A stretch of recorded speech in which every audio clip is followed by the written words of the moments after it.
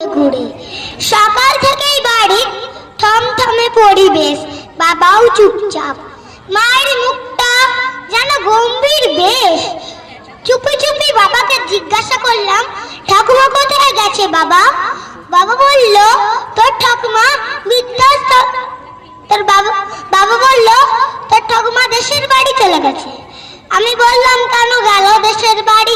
ঠাকুমা ছাড়া থাকতে পারবো না, এবার আমি কি করি? বাবা মা অফিস যেত, আমরা থাকতাম দুজনে। ঠাকুমার মুখে গল্প শুনে ভাত খেতাম, ঘুমোতে যেতাম গান শুনে।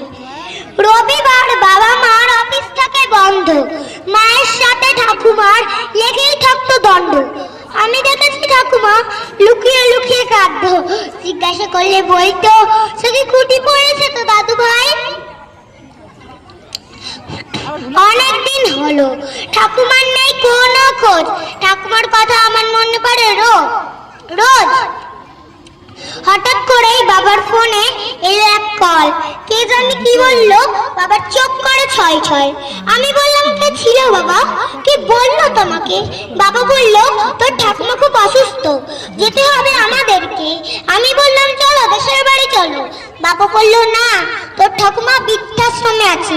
রেগে গিয়ে বললাম, এতদিন আমাকে মিথ্যা কথা বলেছিলে তোমরা, একদিন দেখবে তোমাদেরকে ছেড়ে আমিও একদিন যাব চলে।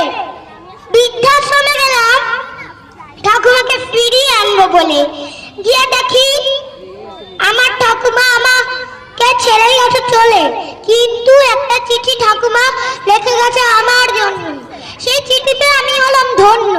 সেই চিঠিতে লেখা আছে, দে দাদু ভাই, কথা দে আমাকে, কোনোদিনও বৃদ্ধাশ্রমে পাঠাবি না। মা বাবাকে তুই ওদের একমাত্র সন্তান, থাকতে পারবি না তোকে ছাড়া। আমার সবকিছু থেকেও হয়ে সর্বহারা। দে দাদু ভাই, কথা দে আমাকে। কথা দিলাম ঠাকুমা,